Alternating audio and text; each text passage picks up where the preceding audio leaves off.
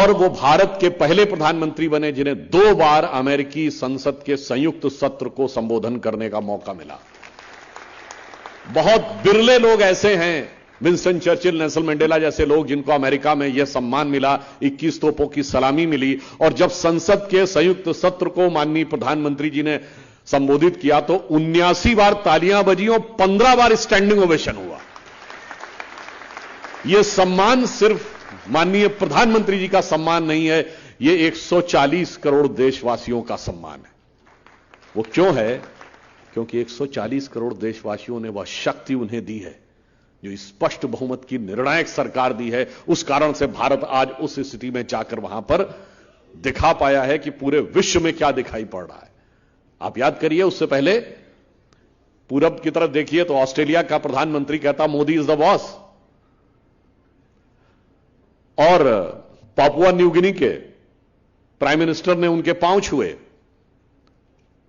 हमें याद आता, मैं यूट्यूब पे देख रहा था कि वो एक पाकिस्तान का व्यक्ति बोल रहा है अपने हालात को देख के, उसको पापुआ न्यू गिनी नाम नहीं याद आ रहा, कह रहा है वो कौन सा मुल्क है जिसके वजीर आजम ने मोदी के पांव छू लिए? तो एंकर उससे कहता पापुआ न्यू गिनी, कहता अच्छा हाँ पपुआ है, पपुआ शायद। फिर कहता बताइए साहब, वो पपुआ का प्राइम मिनिस्टर वजीर आजम इनके पैर छू रहा, पांव छू रहा है, और एक हमारा वजीर आजम है दुनिया में जगह जगह जाके पांव पकड़ रहा, हमारे कोई पैसे नहीं दे रहा कि हमको मुक्ति मिल जाए। फिर आप देखिए, और तो और अनेक राष्ट्राध्यक्षों ने जो मोदी जी की प्रशंसा की है, बाकी सब तो छोड़ दीजिए, हमारे देश के चिर युवा और चिर व्याकुल नेता के ननिहाल इटली की प्रधानमंत्री जॉर्जिया मेलोनी ने भी मोदी जी की तारीफ की है। मगर क्या बताएं, उनको अब भारत यानी जो उनका दधियाल है वो भी समझ में नहीं आता, और जो उनका ननिहाल है इटली, वहां का भी प्रशंसा समझ में नहीं आती। अब किसी का दिमाग ऐसा हो जाए, ऐसा बेहाल और बदहाल दिमाग हो जाए, तो उसके लिए क्या कहा जा सकता है।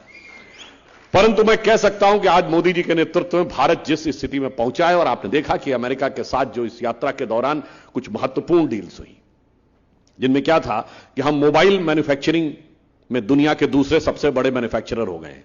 हमारी सरकार आने से पहले हम दुनिया के दूसरे बड़े कंज्यूमर थे, क्योंकि तब हम आबादी में दूसरे नंबर पे थे, अब तो पहले नंबर पे आ गए हैं।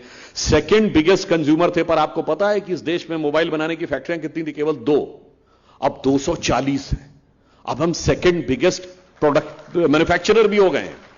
और आज यह हाई एंड फोन एप्पल है, आईफोन 14 जो उसका लेटेस्ट मॉडल है, उसके 25% आईफोन भारत में असेंबल्ड हुए हैं, और वो फैक्ट्री चाइना से शिफ्ट होकर आई है। $2 बिलियन का हमने एक्सपोर्ट किया है। दुनिया में मोबाइल बनाने वाली सबसे बड़ी फैक्ट्री सैमसंग की, दुनिया की सबसे बड़ी फैक्ट्री दिल्ली के पास नोएडा में है। इतना बड़ा परिवर्तन आया है, मगर इसमें एक प्रॉब्लम थी, सेमीकंडक्टर चिप हमारे पास नहीं थी। तो अब मोदी जी की इस यात्रा से सेमीकंडक्टर चिप बनाने की फैक्ट्री भारत में बनने जा रही है, जिससे हम उसमें आत्मनिर्भर होंगे।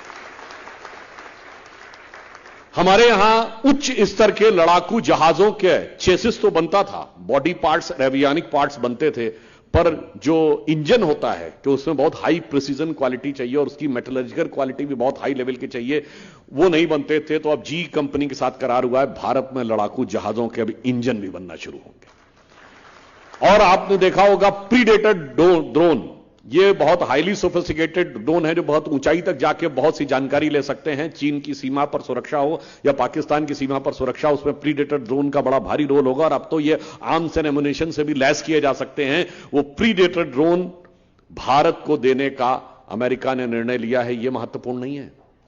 भारत नेटो के बाहर का इकलौता देश है जिसको अमेरिका ने यह टेक्नोलॉजी देने का निर्णय लिया है। तो आप सोचिए कि किस प्रकार की भारत की रक्षा, भारत की समृद्धि। और गूगल कंपनी अपना आर्टिफिशियल इंटेलिजेंस का पहला सेंटर फिनटेक सिटी अहमदाबाद में खोलने जा रही है।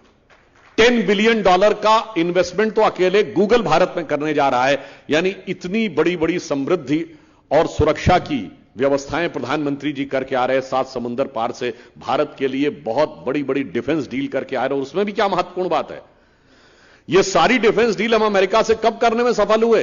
जबकि अमेरिका ने रशिया के ऊपर सैंक्शन लगा रखा है कि उससे कोई ऑयल इंपोर्ट नहीं करेगा। और दुनिया में सबसे ज्यादा ऑयल हम इंपोर्ट कर रहे हैं, 1.966 मिलियन बैरल हमने इंपोर्ट किया है पिछले महीने।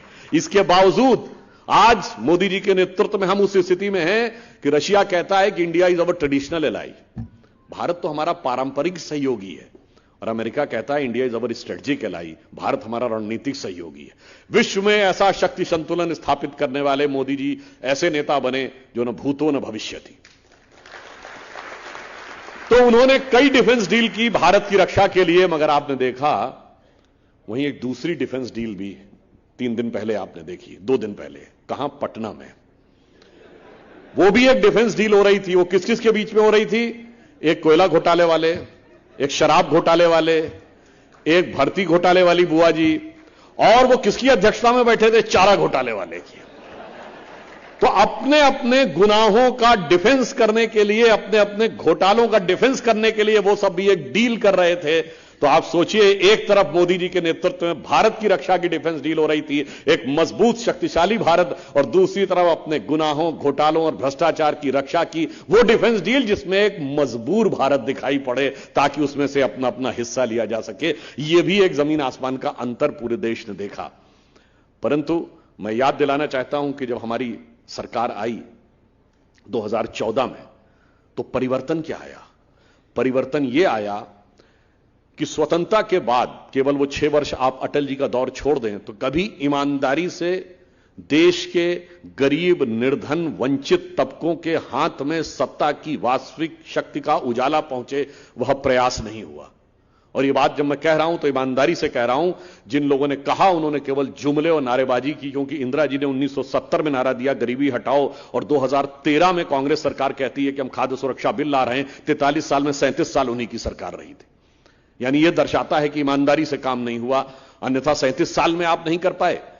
दूसरी तरफ देश को विकास की जिस ऊंचाई पे, जिस गति से ले जाना चाहिए था, जो पोटेंशियल भारत में था, जो देश हमारे साथ स्वतंत्र हुए थे 1947 के आसपास, सोचिए वो कहां से कहां पहुंचे। Germany divided, Germany squandered, west और ईस्ट जर्मनी कहां पहुंचा। जापान तबाह हो गया था नागासाकी, हिरोशिमा में, जापान कहां पे पहुंचा। इजराइल जैसा छोटा सा देश, वो 1948 में 15 मई को बना, वो कहां पहुंचा। चाइना 1949 में आया, वो कहां पहुंचा। उसके मुकाबले हम कहां थे 2014 से पहले।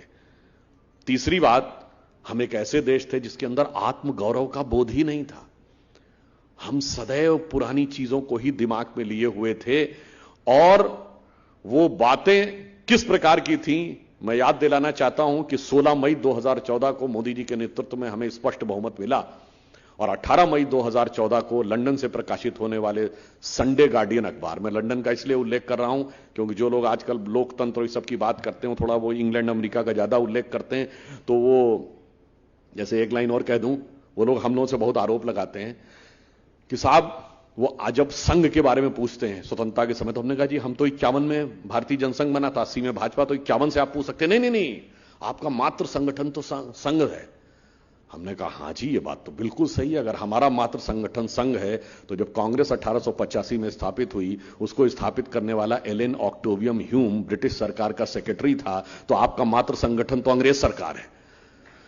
इसलिए मैं अंग्रेजों का ही अखबार कोट कर रहा हूं। संडे गार्डियन ने अपने संपादकीय में लिखा कि 18 मई 2014 को लिखा कि 16 मई 2014, यानी जिस दिन मोदी जी के नेतृत्व में हमें स्पष्ट बहुमत मिला, should be remembered in Indian history as its second tryst with destiny.